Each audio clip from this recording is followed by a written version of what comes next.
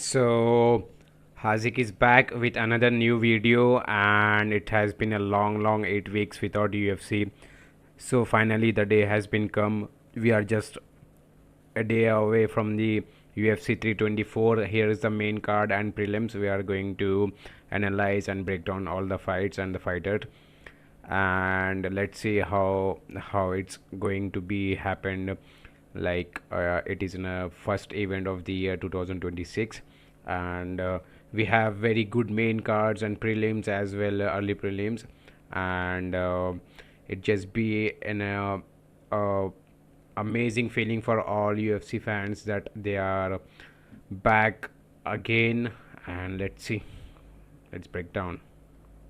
So we are gonna start with the early prelims. We have Adam Fugit, Tevai Miller. I'll go for the Miller because as we have seen him in Dana White Contender Series, he was a clean striker and clean puncher, I can say. So I'll pick him. Then Ricky Toricos versus Cameron Southman. I'll go for the Ricky because Ricky has a ground game power that he can do the ground and pound to Cameron. And as we see him, he is an submission artist. He has many submission wins in his career. So I'll go for the Ricky. Then Josh Wickett, my boy, versus Denzel Freeman. Josh Wickett is in a guy 7 and undefeated, and Denzel Freeman is 7-1.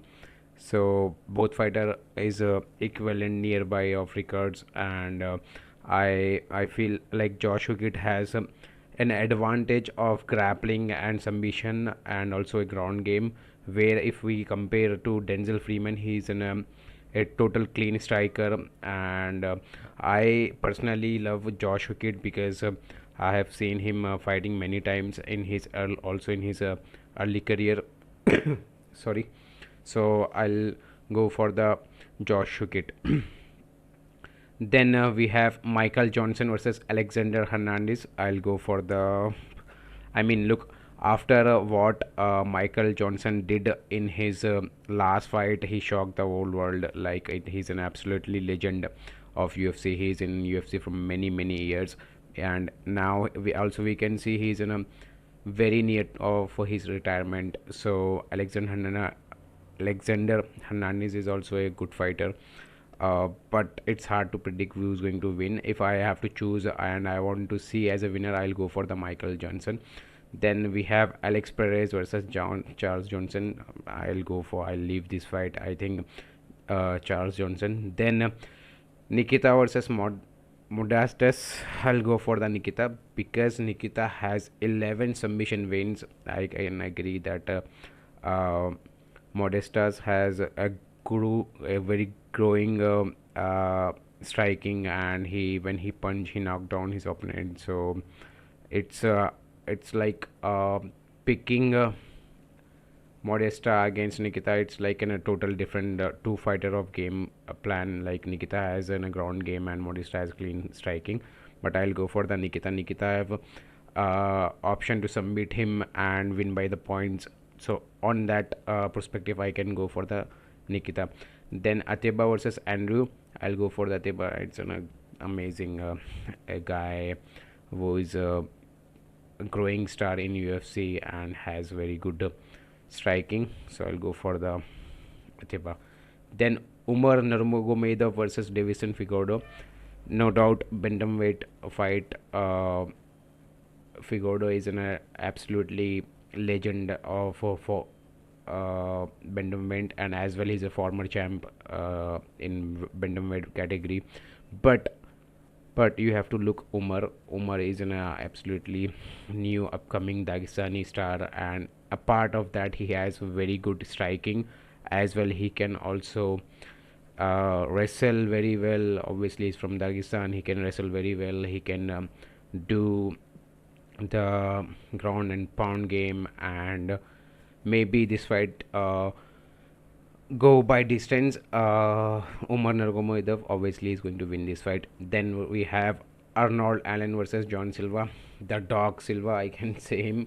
Like John Silva is an absolutely dog guy. And what happens in his last fight, he got caught by Diego Lopez and he lost that. And even though in that fight he was doing great, but he got by Diego Lopez and he lost it.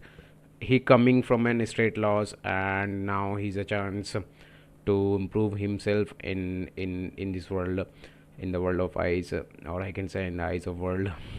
Then Arnold also is a great fighter, but I'm backing up John Silva. Then we have Natalia Silva versus Rose. I mean, man, Rose is an absolutely female fighter where she knockouts many female legends of UFC and MMA. Like she knocks out Zhang Weili, she knocks out Ronda Rousey, and she fought many Amanda Nunes. I can see that we can't underestimate the Rose, because Rose is an animal fighter. Like whenever she caught in a fighter, she doesn't leave it until knocks them out. So I personally go for the Rose because she's back to UFC after a long time, and I want to see her as a winner. But Natalia is absolutely in her prime, so what we can see, let's say. Then Walda Cortez Acosta versus Drake Lewis, a big boy. This is the heavyweight champion fight, and Walda Acosta absolutely, he's in a most active fighter in 2025. He fought 5 times and win fights, and coming from a knockout Shamil Gaziev win in December 2025, a month ago. Now Drake Lewis is also the highest puncher in the heavyweight history. So this might be disrespectful choosing a Waldo Acosta against Drake Lewis, because Drake Lewis has an amazing record. The way he knocks out people in his opponent, that is amazing as well. He fought many legends of the UFC in heavyweight bout, but Waldo is the most active fighter.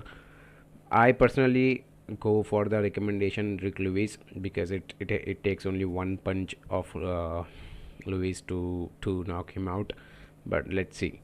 Respect for the Acosta also. He has many consecutive fights that he's winning. Let's go move on to another bantamweight, Sean O'Malley versus Song Yadong.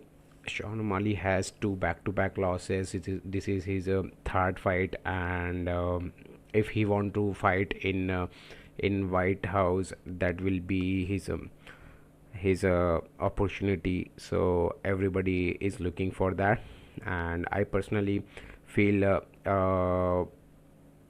O'Malley should win this fight. Even Song Yadong is in a good shape and is a good fighter, but sorry, but Sean O'Malley has a great clean striking, so I'll go for the Sean O'Malley. Then the main event, Justin Gaethje versus the Baddie Pimblett. There are two things in this fight we can expect, like Paddy and Justin. No doubt, Justin Gaethje is one of the legend, and as Habib Nurmagomedov said about him, that when he hits like a truck. So he hits so hard. He has that power in his hand, and he can knock down or knock out anybody.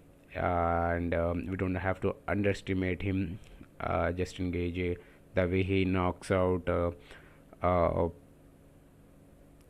Dustin Poirier. Then one more time he fought another guy. What his name? Rafael Fazif Ataman, and that time he was also in good shape, and he beats Rafael. So no doubt Justin is in a very good fighter with fast grappling and amazing uppercut option. Then we have Paddy the Pimblett. Why I'm backing up and choosing Paddy? Because Paddy has a lot of ground game and also a power that he can submit. Like obviously he's a submission artist. He has many submission wins rather than or compared to knockout wins. But he also has that power that he can knock out the way we see, like he knocked out Michael Chandler. Then in and he never lose a fight in his in UFC. The three losses he had, that was in his pro amateur career, and before the UFC. In UFC he never lost. So that was the full main card and event. I'll revise again. Justin versus Paddy. I'll go for the Paddy. Sean O'Malley versus Song Yodong. I'll go for the O'Malley. Waldo Acosta versus Duke Lewis. I'll go for the Lewis. Natalia Silva versus Rose. I'll go for the Rose. Then Arnold Lionel versus John Silva. I'll go for the Silva. Omar Nurmagomedov versus Davison Furgado. I'll go for the Omar. Ateba versus Andrew. I'll go for the Ateba. Nikita versus Modesta. I'll go for the Nikita. Nikita should win. Alex Perez versus Charles Johnson. I'll go for the Charles. Then Michael Johnson versus Alexander Hernandez. Michael Johnson. Josh Hookitt versus Daniel Freeman. Josh Hookitt.